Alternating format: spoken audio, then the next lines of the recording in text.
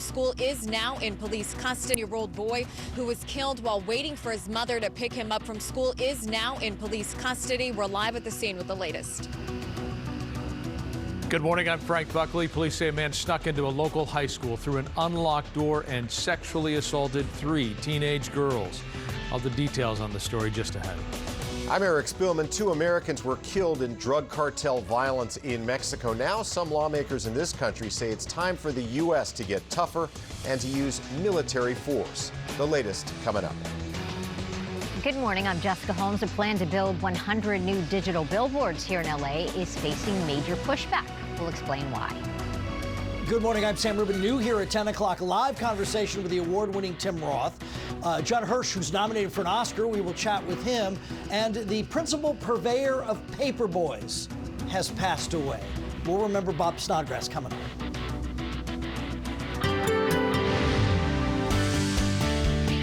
Okay, good morning, everybody. On this Wednesday, middle of the week, and this is going to be sort of the exchange day of where we have nice weather for today, and we had up to today, and then we're going to exchange it for rain and snow, more so rain in most areas. As far as the snow levels go, they're going to be up to about 8,000 feet, I should say. So for today's weather, 59 for coastal, a couple of 62s downtown Los Angeles and the San Fernando Valley. High desert 54, Inland Empire 60, and Orange County Inland 62 degrees. Jessica. Mark, thank you. Breaking news in Alhambra, where the suspect in 2 random stabbings has been taken into custody. A local high school student was killed in one of those attacks. KTLA's Alina Bovian live at the scene now with the latest. Alina, good morning. And Jessica, good morning. And this was a very intense morning, but the suspect now in police custody, and thankfully all this ended peacefully. Now take a look at this video. Sky 5 was here when this man was taken into custody by police after several hours of being barricaded inside his home here in the city of Alhambra. Now this is the suspect's home. It is located here on the 2200 block of Westmount Drive. LAPD Central Homicide Bureau, they were led to this home based on surveillance video from the scene of the stabbing from last Friday. LAPD has not yet released his name, but he appears to be a young adult dressed in all black. According to neighbors, he would often walk around the neighborhood talking to himself. The LAPD also confirming that this man, he had a history of run-ins with law enforcement in relation to his mental health issues.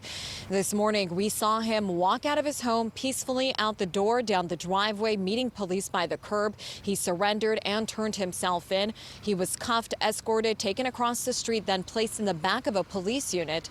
The suspect's mother, a crisis response team, all pleading with the suspect this morning to get him to surrender. Now take a look at this. Xavier Daniel Chavarin walks toward the suspect's home. She is overcome with grief, yet relief that the person suspected of killing her son is now in police custody. Xavier's grandpa was also here holding Xavier's mother tightly. This family is going through the unthinkable, trying to process everything happening today. I spoke with Xavier's stepfather off camera, and he said to me the hardest part in all this is knowing that this could have been prevented, given the fact that the suspect had mental health issues known to police. From what I understand, working with the Alhambra Police Department, he has been a problem in this neighborhood, so hopefully he'll be brought to justice and is no longer going to harm anybody in Los Angeles or in the city of Alhambra, and this neighborhood will just be that much more peaceful. And this is a photo of 17-year-old Xavier, who was killed last Friday. A young person killed absolutely senselessly. He was a student at Wilson High School in El Sereno, a straight-A student and on the honor roll. He was waiting for his mother that afternoon to pick him up after school when he was randomly attacked by the suspect, stabbed multiple times. As when something goes wrong with a kid like that, the entire community should bow its head. We have to think about what's happening in Los Angeles. We have a distraught principal who knew this student, who has done everything right. Now back out here live, you can see the scene right here behind us. It is slowly clearing out, but LAPD detectives, they will remain on scene, just going around speaking with neighbors, trying to get a better sense of the suspect. We're hoping for another update later today. But that is the very latest. I'm Lena Bowman reporting live here in Alhambra, KTLA 5 News.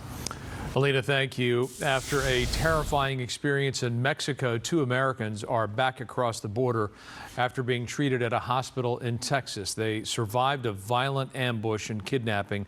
2 other Americans who traveled with them did not survive. KTLA's Eric Spillman, live in the newsroom with the latest for us. Eric, good morning. Morning, Frank. Some lawmakers in this country say Mexican drug cartels ought to be designated as foreign terrorist organizations. Just moments ago, Senator Lindsey Graham of South Carolina said he's introducing a bill that would make it possible for the U.S. to use military force against the cartels, especially now with so many Americans dying of fentanyl overdoses. He had this message to the government of Mexico. You need to do more. We'd like to help you, but we're not going to sit on the sidelines anymore as a nation and watch our neighbor become a narco state that kills more Americans in a single year than we lost in Vietnam. 2 Americans who survived an ordeal with Mexican drug cartels are now back in this country. A convoy of ambulances and SUVs escorted by the Mexican military brought them to the border checkpoint in Brownsville, Texas. One of them was shot in both legs. Is that person now being treated at a hospital there in Texas? This all started on Friday. 4 U.S. citizens drove from South Carolina to Matamoros in northeastern Mexico. Apparently, one of them was supposed to get cosmetic surgery, a tummy tuck operation. But as soon as they arrived over the border, things went horribly wrong.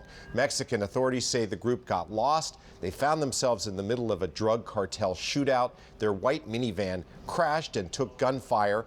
Armed men kidnapped them, dragged them to the back of a pickup truck, and took them away.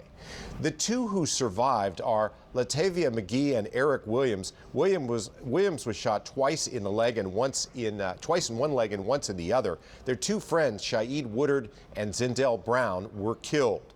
Mexican officials say the 2 survivors were found in a wooden shack in a rural area east of Matamoros. They say a man who was guarding them was arrested.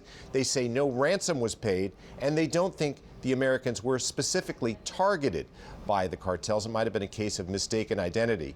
But what happened highlights the growing popularity of what's called medical tourism to Mexico. Surgeries there can be 50% cheaper compared to what they cost in this country. Still, there are many risks.